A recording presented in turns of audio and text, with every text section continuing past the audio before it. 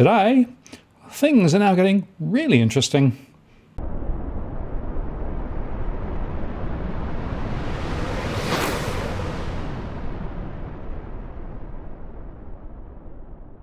Hello again, it's Martin North from Digital Finance Analytics One. That is post covering finance and prop news with a distinctively Australian flavour. And as it's Friday, I have Tarric Brooker with me again. Hi, Tarric. Hey, Martin, how are you? Yeah, pretty good. Interesting times again, a lot of things going on and a lot of wobbles around. Well, I suppose that's pretty much how you could sum up things in their entirety. Things are getting quite wobbly, and it's not just here in Australia. It's around the world. It's the Chinese property market where prices are now falling at a fairly significant clip, and you look at the US with its supply chain issues. Either way, it's just problems all around. And I chuckled yesterday when the CPI from the US came out, right? And little by little, more and more of the analysts are saying, this transitory inflationary stuff, maybe it's not quite so transitory. It's kind of funny because I remember back in, I think it was one of the first presentations I did for you with the slides back in, I think it was late May. We talked about how inflation and how supply chain issues and all these things were going to create rather significant problems. And now it seems like the rest of the world's finally catching up. Yeah, well, they should have watched our show, Tarric, clearly. Well, perhaps they might learn something. But it's really quite interesting to watch it all just unfold because, in a lot of ways, I mean, this may sound funny to those of you who think of me as a perma bear, but things turning out even worse than I expected. With looking at things like natural gas prices in Europe up 900%. Yeah, it's very interesting. The European situation with regard to energy is quite fascinating. And interestingly, I know a number of people, because I've got quite a lot of contacts over there, whose electricity suppliers have just disappeared. Now, they have this fallback scheme whereby somebody else can step in and provide electricity, but they're having to do it at a loss. So it was ridiculous. They really wrecked the energy market over there too. They have, and I think that just speaks to a failure of strategic planning. Like I remember early, it would have probably been like 3 or 4 months ago now.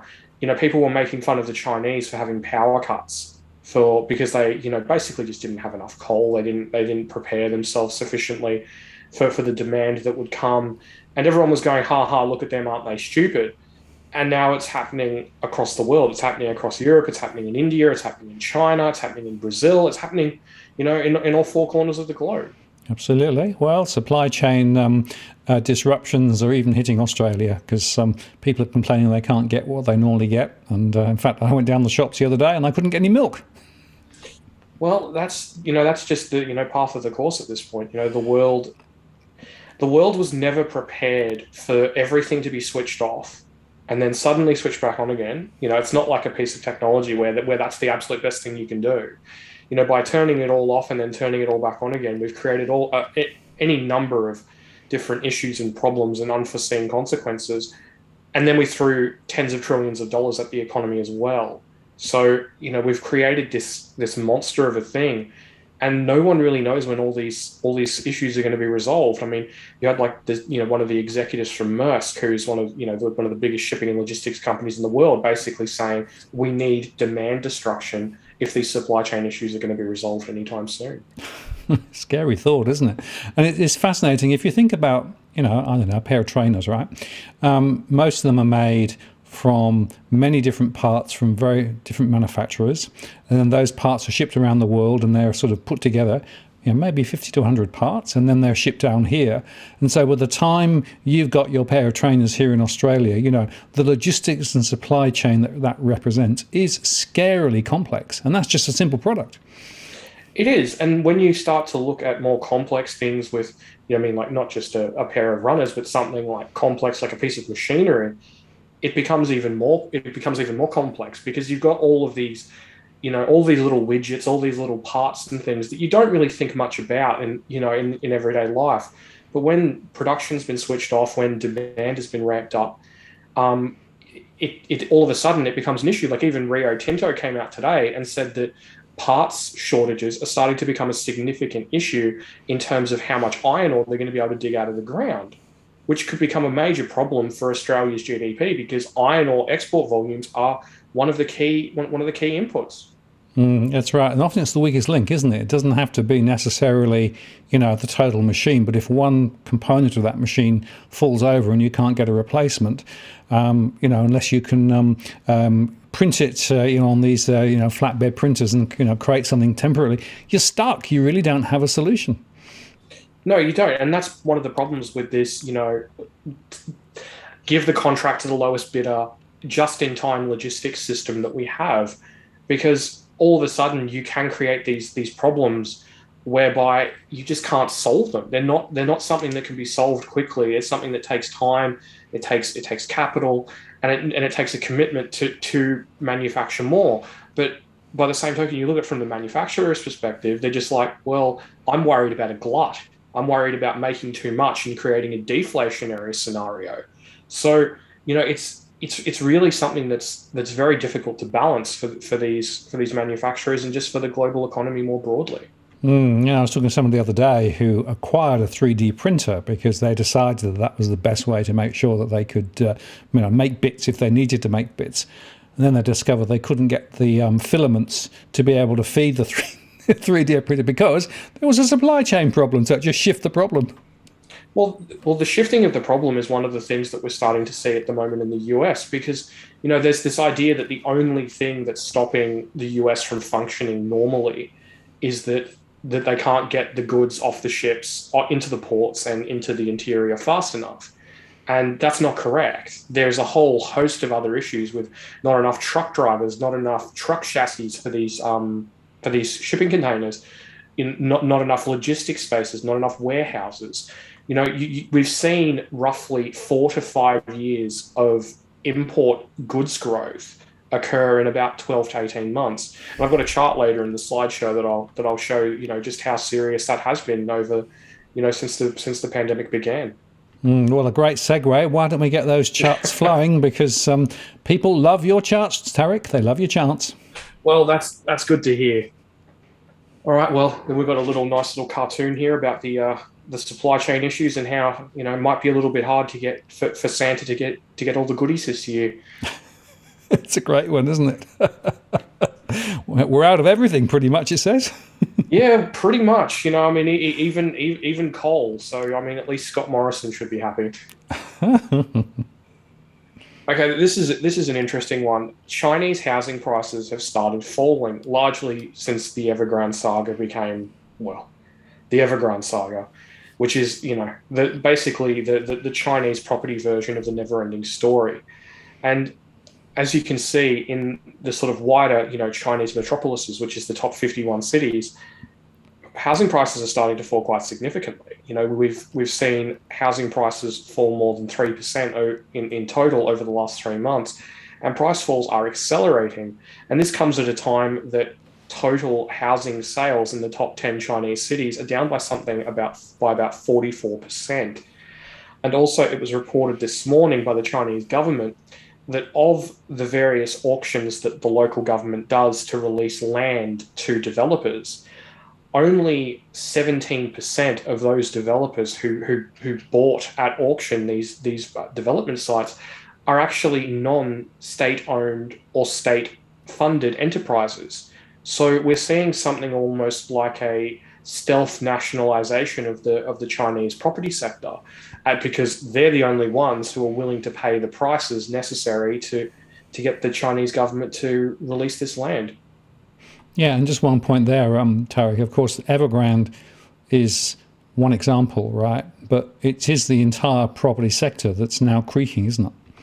It is. There was a great chart the other day posted by your mate George Gammon on Twitter, and he was, basically it's just the entirety of the highly leveraged, junk bond issuing end of the spectrum, issuing these bonds, who are just in deep trouble. You're seeing these.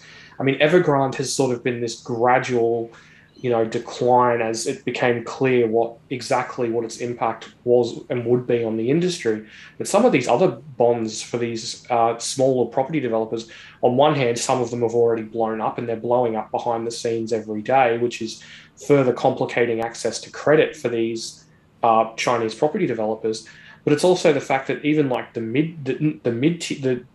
low and mid tier developers are seeing the value of their bonds, and some of them have halved. And it's really signaling some quite significant stresses. And one other quick point on that, Bloomberg, I think, published a chart yesterday that showed nearly half of all junk bonds around the world are actually directly associated with the property sector in China. Well, that just sort of points out exactly how much a slowdown in the Chinese property sector could really start to hit everything. But I have a few other slides on that, and we'll get to that shortly. Now, this one really just shows exactly how vulnerable the Chinese property sector is. Now, this isn't the latest data, because unfortunately there isn't any more data, but this is the latest available data that shows that roughly 85% of homes purchased in 2018 in China were purchased by basically property speculators, people who already have more than one home. So if you remove the rising property prices, you remove that wealth effect from the economy and the desire to speculate, it's easy to see Chinese housing starts absolutely fall off a cliff, because there's only so much demand there from people who just want a home to live in. That's a scary thought, isn't it? And people complain about the Australian property market being driven by investors, but China's even worse. It is, and that's one of the really concerning things for Australia going forward. Because, I mean, let's just imagine that, let's say, 70% of those property speculators, actually, let's call it 50% of those property speculators are going to continue to speculate. They believe hook, line, and sinker that everything's going to be fine, everything's always going to be fine, and they're just going to keep buying regardless because property is a road to wealth. And, they're basically the Australian mindset. If that other 50% or 40% stop buying, that's going to send housing starts plummeting for a start. And that's also going to hit iron ore, it's going to hit copper, it's going to hit coking coal, it's going to hit all these industrial commodities that flow into the Chinese property sector. And the number one supplier of those commodities is Australia. So we've really leveraged our property sector on top of their property sector. And if these people stop buying in anything approaching those types of numbers, we've got a big problem. Well, it's another example of the old supply chain connections that we talked about previously, right? Upstream, downstream, right? If people are actually changing upstream demand, that has huge impacts, earlier in the value chains. And unfortunately, Australia's holding lots of the cards. We are, and I mean that's really just the crux of the issue for the Aussie economy going forward. I mean, we have had a quite a good time during the pandemic. I know it may sound, I know it may sound a little bit silly. In fact, it may sound very silly. But the thing is, by the borders staying closed, we have generally benefited quite strongly. We've benefited from spending. We've benefited from the government stimulus, and obviously, lockdowns and stuff are a completely different kettle of fish. But purely from an economic perspective, we've come out of this a lot better than a lot of other countries. But as we reopen, as we become reliant on the previous sources of economic growth and economic activity here in Australia, things are going to get a little bit more challenging, particularly when these commodity price upticks, or skyrocketing, should I say, begin to reverse as the world finally does get its crap together. But the thing is, even if you just look at the microcosm of services trade with China, and you look at things, say, like international students or tourism, if you purely look at the spending of Chinese tourists and purely the fees paid by Chinese international students, you put those two together, you're looking at about $25 billion, which is about 1.25% of all Aussie GDP. And that's quite a lot. And not only that, but if you factor in as well that there are 215,000 Chinese international students in Australia who need to be housed, who need to be fed, who go out and consume within our economy, it's not hard to see how things could get quite challenging quite quickly if they don't come back, particularly given the diplomatic issues we're having with Beijing. Well, we were a one-trick pony with regard to those relationships, and unfortunately, if they do shrink and become less important, that's going to have a very significant impact on the broader economy here, isn't it? Exactly. It also removes whatever leverage we have. If all of a sudden, if China doesn't need our iron ore to that degree, and it's a uh, much more diversified market, then it's going to be then obviously prices are going to have to come down significantly. I mean, don't get me wrong, the Aussie miners are still going to make a lot of money because they're amongst the lowest cost producers in the world. But in terms of this basically hooking up to the money printer with the iron ore exports, it's those days may be numbered if these scenarios come to pass. Absolutely. Watch those prices. Well, this is a good one. The default rate amongst Chinese property developers is it's just gone absolutely through the roof. I mean, I don't even think I need to really provide any commentary here. I think the chart pretty much speaks for itself. Well, that is remarkable, and the momentum is definitely for more defaults ahead, not less, isn't it? Indeed, and it's only going to get more challenging. I mean, I'm not sure if you saw today, but the Chinese government came out and said that Chinese banks are now allowed to sell residential mortgage-backed securities again after it banned them previously. And all of a sudden, they're trying to encourage banks to lend, but with property sales falling off something of a cliff, I'm not really sure how successful that's going to be. Well, and of course, they did reduce the capital ratios the banks had to have earlier on to try and make it even easier for the banks. And again, this shows you the structural connectivity between property developers, for example, and the finance system. And it reminds me of 2008 all over again. Well, I mean, I think anyone who has watched The Big Short remembers what exactly happened with residential mortgage-backed securities. And I think it's going to be interesting, especially, to see exactly what investors are going to do, because you've got Chinese property prices falling by 1.6, 1.7% a month at this point, which is you annualize that, it's a pretty significant sort of fall at this rate. So I mean, I don't think there'd be too many people who'd be rushing out to buy them, at least too many rational people. But in the search for yield, you can't really rule it out. Well, what happens, of course, is with securitization is they put it in different tranche risks, right? So they basically have a very, very high yielding, high risk, structure at the top end, and then they have a series of tiers and tranches and lower risk further down. The trouble is, if you end up with most of it sitting in those high risk ones, the price is going to be huge, and that means that you don't get much value from doing it. So it can become self-defeating. Well, or you will see that the standard mode of operation from Chinese ratings agencies, and they'll just like they rated some of these completely junk companies like coal miners and property developers AA or A, and then you all of a sudden they're in default, and you're like, wait a minute, how is it possible that this A-rated company, well, not this single A-rated company, these dozens of A-rated companies are all of a sudden in this level of trouble? Well, I have this theory about ratings agencies, which are they tend to be very rear view mirror-ish, and of course they're also very much wanting to get the business, and they get fees for doing it. So how objective are they really, I wonder? Well, especially in China, with this company needs credit, do the right thing by by the government and all that. Absolutely.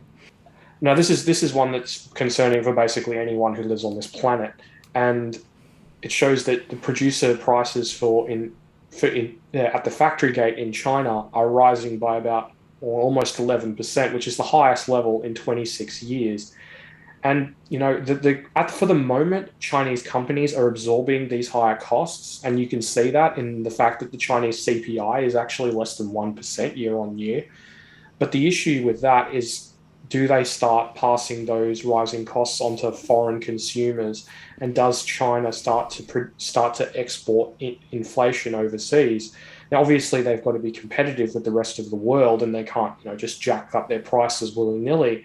But by the same token, everyone's feeling price pressures, and you're seeing across various different industries people raising prices regardless, whether they're in Vietnam or Bangladesh or Turkey, just because there are rising costs. So if China joins that particular party, then we could see global inflation become significantly more entrenched, and that will really do some damage to the Fed and to the RBA's transitory inflation narrative. Well, it goes back to this concept of inflation being embedded or not, right? And that's actually quite important for people to understand, right? Because what it means is that as more and more things get more expensive, those cascade through into the next part of the supply chains and the value chains. And ultimately, you can get to the point where, in fact, inflation is just locked in. It's something which you will not be able to actually contain. Well, that's really one of the big risks going forward for really the entire world, but particularly countries that are or households that are heavily exposed to high levels of debt, like Australia. And really, the issue is that the only real weapon we have to control inflation is higher rates. I mean, okay, there is obviously things like, higher taxes and stuff like that, but trying to get a government to raise taxes is like it's trying to herd cats. It's just not gonna happen unless you've got a very cohesive society that's prepared to accept that sort of shared sacrifice. But in most of the world, especially where people are already over leveraged and already have significant financial commitments, it's pretty hard to see them being able to do that. And that's what makes all this so concerning, just more broadly, because they may be forced into a position that they have to crush inflation, which is arguably going to potentially cause one of the biggest financial busts in all of history, because it's just everyone. I mean, okay, maybe they're going to be able to monetize government debt and they're going to be able to bail out sovereigns, at least some of them. But in terms of households and corporates, if they've got to really stomp on this inflation and raise rates, I mean, it's practically unimaginable, really, trying to fully grasp the breadth and the scope of how much damage that could really do. Well, you've put your finger there on the absolute dilemma that central banks have, right? Because what they would like is actually inflation to go up a bit, because that would actually devalue the amount of debt that's in the system. But on the other hand, government debt is such an important part of the economy at the moment, and those very low rates are helping to make it the funding feasible, because if rates started to go up, governments had to pay a lot more for it. So they're actually caught between trying to actually bring a little bit of inflation to bear, on the other hand, trying to keep interest rates low. They've backed themselves into this really wacky corner. Well, to be completely honest with you, I don't know how possible it is to be able to engage in this sort of inflate away the debt type strategy. I mean, I've been doing a little bit of research into, just sort of how inflation and consumer spending and household savings have all interacted with each other over, say, like the last 50 or 60 years. But the thing is, there just isn't the slack in household budgets to absorb these rising costs in the way that there was in the 1970s or the 1980s, because people just don't have that much slack in the budget. They don't have, they don't save the way they used to. I mean, if you look back on household savings rates between the 1960s and the 1980s here in Australia, household savings rates were 10 to 20%. And today, once you take superannuation out of the equation, and you sort of factor out that big uptick that occurred because of COVID, savings rates are at or below zero for most of the last 20 years. So there just isn't that ability for households to absorb those rising costs without it really flowing into the economy, and also just starting to really undermine their personal financial security. Absolutely. And the only way out of that is to have higher wages, right? But if you have higher wages, that's inflationary. Exactly. So it's that real chicken and the egg sort of issue that central banks have. And, really, I think that in a lot of ways, I know they want inflation because, that's really the only path out of this high debt scenario, aside from a default or something along those lines, because it's not going to be paid down. But realistically, I think in the end they may end up begging for it, because they don't have the desirable tools to deal with this situation. No, I make the point also that if in fact growth continues to languish, I mean, the IMF came out this week with a report that said, well, growth is going to be lower. And if in fact the inflationary pressures are also, forcing a lot of other things to happen. We could actually end up with a deflationary rather than an inflationary momentum, simply because the amount of credit will start going down, and if credit goes down, then it's all over Red Rover.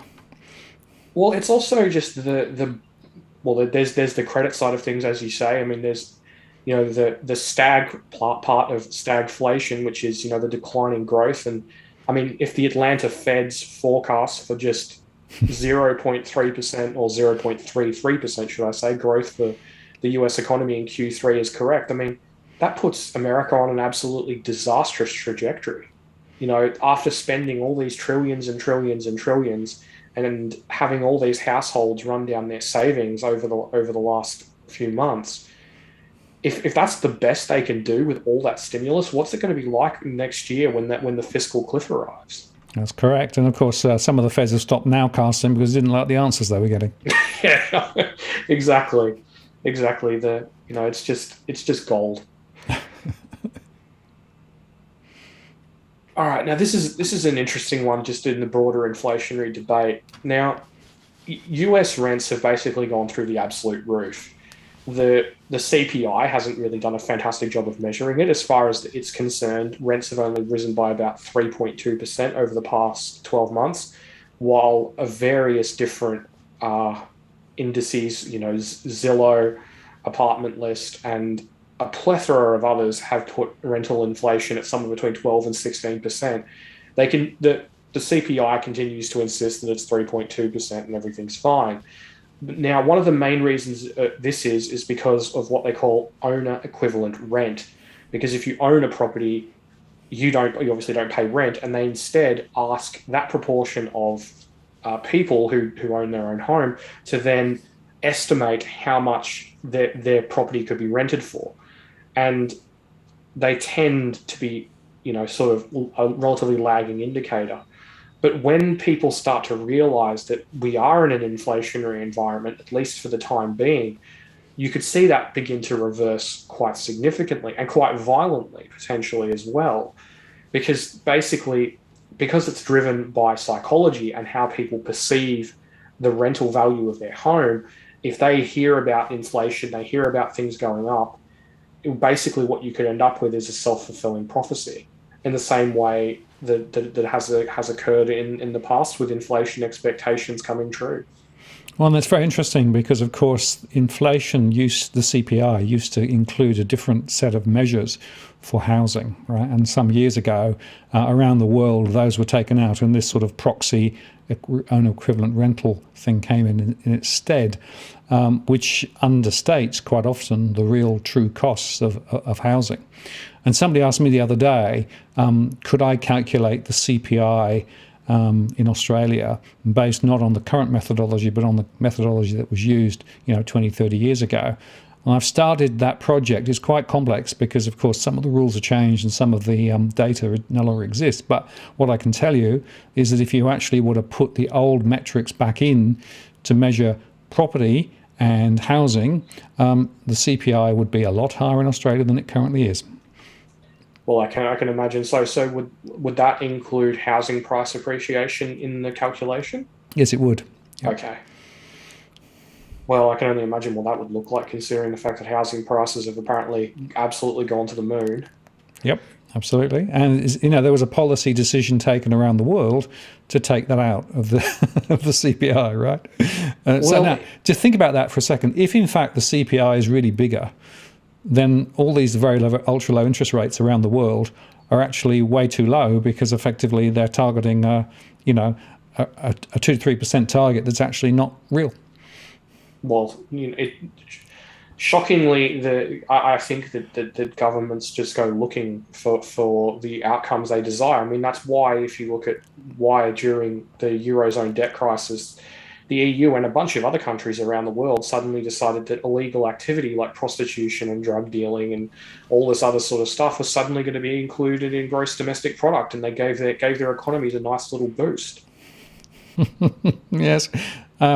Totally objective government data. Not sure that exists, actually. It seems to me that they do actually have an end outcome in mind. It's a bit like when you have a public inquiry, you always write the terms of reference, knowing what you want by way of the result. Well, or you just sort of put the hard word on the people who did it, and then just water the crap water down, water it down into oblivion, like certain ones that I won't mention because of a potential defamation lawsuit. Absolutely. Now, this is the chart I was referring to, showing how US imports have absolutely rocketed ahead during the pandemic, and we've basically seen years and years of growth just crammed into a very, very short period of time. And that's also been complicated by the fact that US imports have been relatively flat over the last couple of years.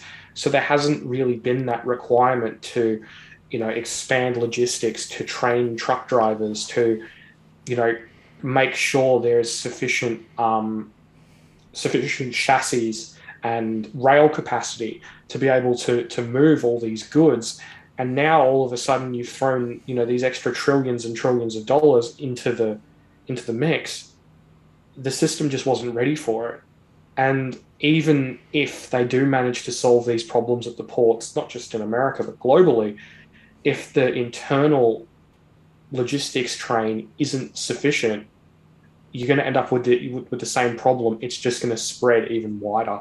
And the reality is if you can't fill a warehouse in Milwaukee, it's not going to matter that the ship is sitting there in Los Angeles, because you're not going to be able to get the stuff off the ship because there's not going to be the space for it in the first place. Goes back to this cascading set of failures, right? Because of course all the bottlenecks just keep building on each other. The other point to make, of course, in the US, they've been buying things, right, as opposed to services. And some of the latest information coming out of that CPI data suggested maybe there's a bit of a switch back now as things have reopened and maybe services are beginning to take off. But the US consumer has been buying a lot of things. A lot of those things, of course, were paid for by government money. Well, that's really the challenge in all of this. It's you're seeing all of these enormous supply chain issues. These shortages of everything from cars to tiny little widgets to the componentry and any number of different products. Say, for example, like the chips, which are curtailing Apple's iPhone production.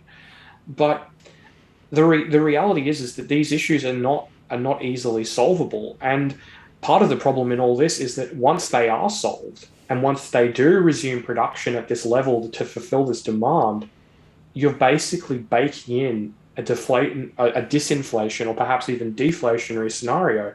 Because the reality is that gas in Europe isn't always going to be 900% more expensive than in 2020. You know, you're not always going to be able to justify all these enormous price rises as things return to normal. And that's once again where the stagflationary issue comes in, because consumer confidence in the US has fallen off a cliff. And one of the key drivers of that is inflation, and the fact that people feel like they can't afford a car, they can't afford a house, they can't afford the durable goods at those current prices. Well, that's right. And in fact, forward expectations for inflation from consumers both here and in the US haven't been as high as they've been currently for a long, long time. That's one of the things I think is interesting about the Westpac time to buy a dwelling index, which is really fallen off a cliff, dropped something like 32% over the last 12 months.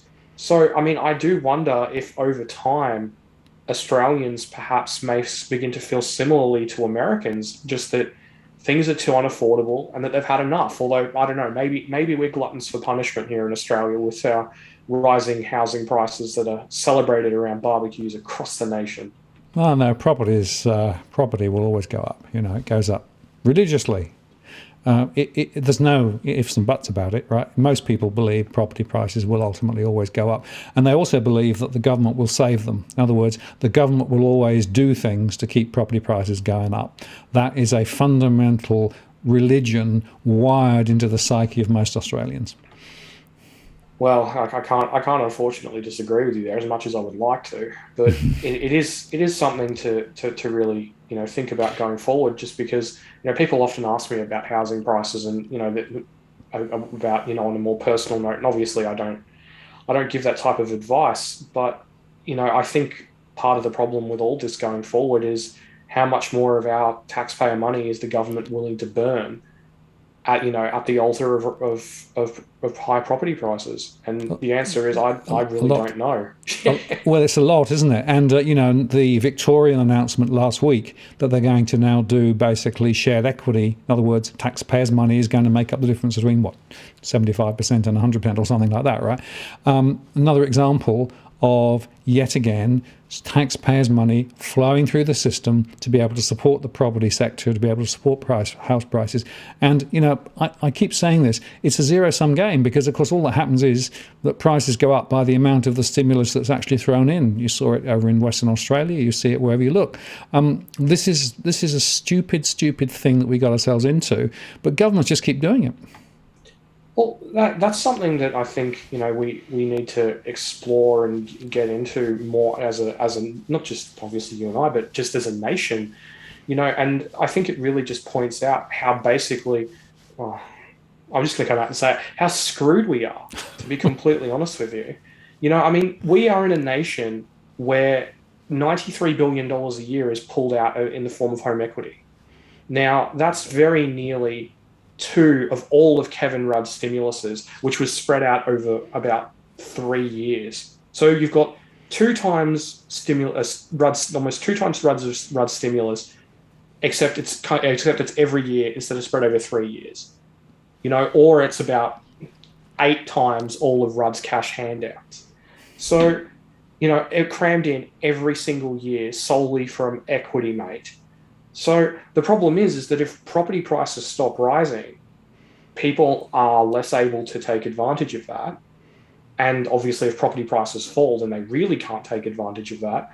And you're pulling, 4.6% of GDP out of the economy. And, like that, it's gone.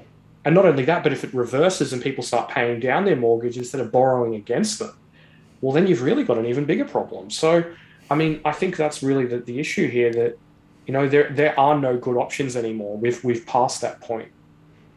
I tend to agree with you on that one, and certainly in my surveys, there are some people still paying down their mortgages, good on them, but there are a lot more, as you say, pulling more equity out. And as prices rise higher, of course, it allows the bank of mum and dad to throw money to the next generation. It allows you to, put another room on, or granny flat or whatever. But just remember, folks, that interest rates may not be as low as they currently are into the future. And so those bigger mortgages could start costing a lot more. And that will be another negative factor in terms of economic momentum. Indeed. The thing at the moment is that there is so much uncertainty.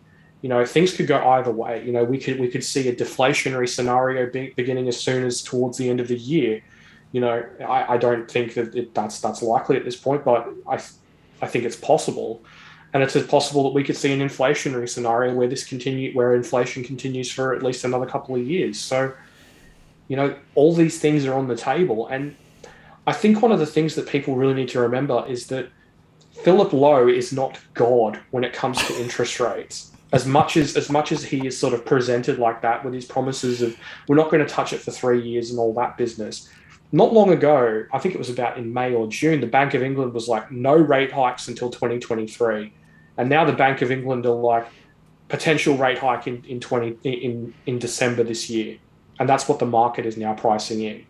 There's even the market now pricing in rate hikes potentially as early as late Q3 in the US next year. So if this inflation thing really keeps going globally, you're going to have some rather major problems. And Philip Lowe is eventually going to be dragged kicking and screaming to hike rates, whether he wants to or not, if that does end up happening. So, folks, Philip Lowe isn't God. Now, there's a very interesting observation I've got there, because when Mr. Lowe turns out with his, edicts, be they speeches or whether they're the monthly notes, right? He's given the odd press conference. But have you noticed how gentle all the press coverage is, and how all the questions are very, very tame? There's nobody who asks a hard question. So I got this vision of Mr. Lowe coming off the mountain with these tablets, right, with the latest, greatest, right? And everybody says, all hail the great Lowe, and they just sort of, take it and translate it. And then you've got all these economists who spend all of their time parsing every word, and it's a religion. It's not economics anymore. Sometimes I watch these ones in the US, where Powell gets grilled by the media. Well, grilled, like it should be gently caressed by the media, and nobody ever asks him the tough questions, like I just wish that they would. I wish that they'd get up there and just take the wrecking ball to him like they should, because the Fed is screwing up the world. And like, I understand why they had to do what they did to a degree. Okay, they didn't want the global economy to completely implode and for it to fall into a depression. I get that. But they could have said in, like, the let's call it late Q3 last year, they could have started walking back some of their rhetoric. None of this investors, everybody gets made whole crap. They could have said, we're no longer going to be backing corporate bonds that don't need our assistance. And that wouldn't have changed anything, because they never bought that many corporate bonds in the first place. But it would have at least sent that much needed signal. And just, we're not going to support the market. The market is the market, and we should allow things to play out organically. Even just coming out and saying that would have changed things dramatically. But instead, it's just, further fodder for the printer goes brewer crowd, who just seem to believe that the Fed will always save them. And that always save them is, of course, absolutely true for investors and corporates and pretty much everybody, actually, other than ordinary Americans, or here in Australia, ordinary Australians, who are fighting a very significant pressure when it comes to costs versus incomes. But the corporate guys, the big end of town, they all basically have a get out of jail card free from the central banks. Well, they do until they don't. That's the way I see it. I mean, if this inflationary stuff does continue, I mean, look, not that long ago, probably like last year, I thought that there would be, sort of deflation in consumer goods this year. Well, that was until that both Trump and then Biden threw more money at the economy, and Morrison, I might add. But the way I see it is that if this inflation is now baked in, or even if it's not baked in, even if this inflationary impulse only continues for another 9 or 12 months, that's more than enough time to force the Fed into raising rates and into just completely shattering this idea that they're always going to be there. And instead, they may go from being the hero of the story to the villain. Or actually, is it more likely that they'll have a go at tapering? And then, just like a few years ago, the market said, no, we're not going to allow that, right? So the markets start falling, and then the Fed comes back and says, okay, we'll do a bit more then. If we didn't have inflation, I would wholeheartedly agree with you. But with the inflationary issues, all of a sudden it's becoming a very, very political and politicized issue. You've already got Joe Manchin, beating the drum on ending QE as soon as possible. And I think, especially as we head into next year in the midterm election cycle, if they've got some problems, and Democrats really need someone to scapegoat in all of this, particularly because they keep putting their foots in their mouth. Like, did you see that tweet from Biden's chief of staff yesterday? I did. These are hot. These are not. It's basically, to sum up for the viewers, it was basically just, these are not major. Inflation is a problem for the higher class, not for low class, not for ordinary people. And it's like, are you kidding me? It's like, are you literally just trying to hand the election to the Republicans? I mean, you've got to be an idiot to say something like that. I know. Anyway, we should probably get to the next slide. Now, this one I think is interesting, and it's another one that supports the inflationary theory, at least to some degree. Well, actually, it more supports the stagflationary theory in actual fact. But US labour force participation is at its lowest level since 1977, and after this initial bounce back that was created, when the US economy reopened after the initial lockdowns, it's basically really gone nowhere, which is really quite concerning, because it shows that people just aren't wanting to get back into the workforce. Now, there are a lot of questions and a lot of theories as to why, but the reality is that the further labour force participation falls, the less economic potential a country has, because these people are no longer actively producing value within the economy through their labour. And not only that, but this is now at its lowest level since 1977, a time when women were still, becoming to enter the workforce, particularly in the US. So that's something that could create inflation in the sense that there are just fewer workers willing to engage in the labor force. So getting to full employment could occur a lot more quickly, and we could see pressure on wages a lot more swiftly as well. So that's something that's really going to be interesting to watch over the coming months and the coming years, because if these are permanent shifts, if people have suddenly decided, well, I don't want to work that much, I'd rather spend more time with my children, or I'd rather spend my time pursuing something else because I have the money, or because I've played the stock market, or I've won big on betting on crypto. If they're no longer engaging with the economy, then you could see weaker potential growth and higher potential wages, which could be a really, really interesting set of circumstances. Well, we're seeing the same thing here with the participation rate decreasing, and more people effectively checked out from the workforce.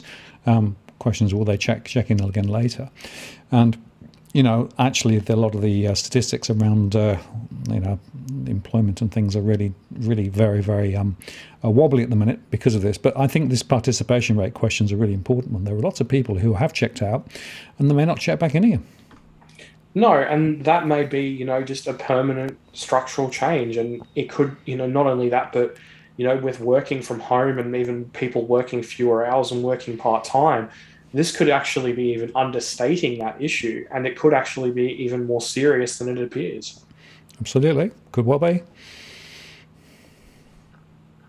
Now, this is what I call one of the most concerning charts in the world on Twitter. It probably would have been about a week ago now. And basically, it shows that the price of fertilizer in the US is heading for, well, it is at a record high now.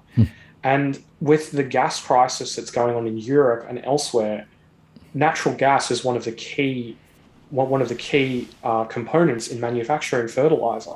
So plants in Britain, plants in Europe have been closed because basically they cannot economically make fertilizer with gas prices where they are.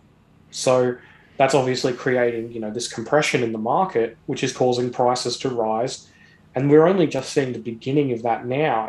If this gas crisis does continue, if the Northern Hemisphere has a particularly cold winter, or if Vladimir Putin just doesn't really want to play ball, we could see fertilizer prices really take off like some of these other commodities into the stratosphere. And that feeds directly into global food prices, particularly in developing nations. But it could also hit inflation in the US and here in Australia, and make our shopping that much more expensive, and really create some problems for the RBA and the other central banks when it comes to interest rates. Well, a great example of an input cost, right? So effectively, it's a fundamental part of agriculture.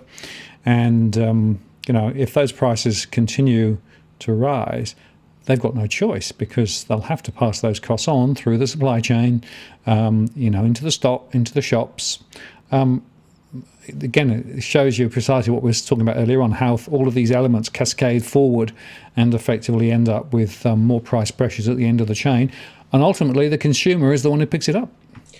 It is. And one of the biggest problems with food prices is that if you look at food prices alongside social stability indices, they can track quite strongly. And if we do see fertilizer prices head off into the stratosphere, like gas or like lumber or iron ore, you're going to see this bring down governments. I mean, I know that may sound like I'm a doomsayer, but it has done before, and it will do again.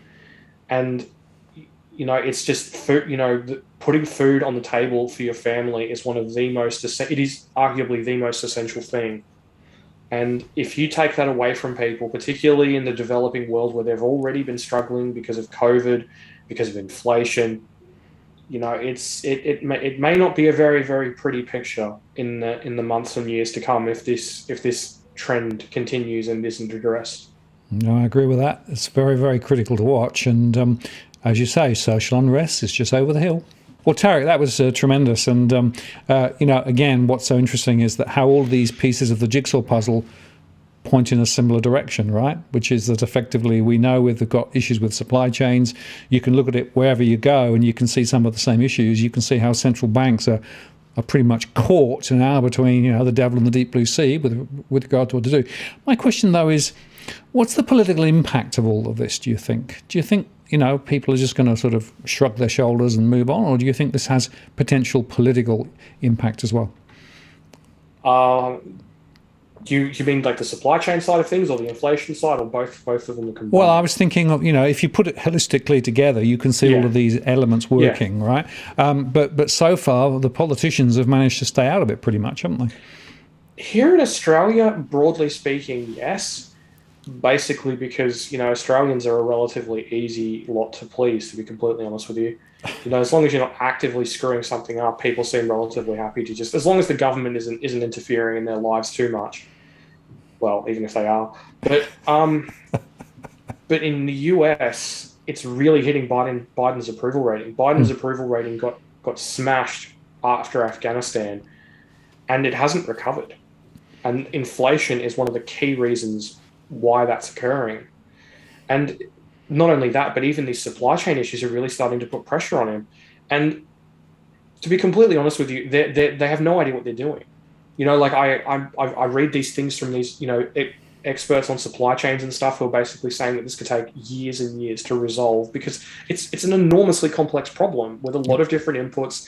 And if the government just throws more money at it, it's only going to make things more complex and potentially even more protracted. But, Biden comes out and goes, oh, well, I'm going to make Walmart's and FedEx's supply chain work 24/7. Well, it's like, well, Joe, they were already 24/7. You haven't accomplished anything. You just made an announcement. You're taking a leaf out of Scott Morrison's book. And that's really the issue in all of this, because none of this is easily solvable. Yes, obviously politicians could do a lot to solve it, but that requires a fair amount of introspection, a fair amount of assessment, and discussions with people who actually know what they're talking about. But to be completely honest with you, that's not really happening. Perhaps it is behind the scenes, but there isn't really much public sign of that occurring. But I think that particularly in Europe, the gas crisis could really cause some major, major problems, particularly in France, of all places, because they've got an election coming up next year. And, not being able to heat your house or having extremely high heating bills coming just as you get to an election is potentially a great way to lose. Particularly, if you do see the rise of a populist left or even right-wing candidate in the upcoming elections. Well, that's why I asked, because it seems to me that if I look at, for example, the UK and Boris, what they've done over the last few weeks is they've, put their head up above the parapet and tried to solve a particular bit of the problem. They gave some money to the people producing CO2, for example, to try and solve that.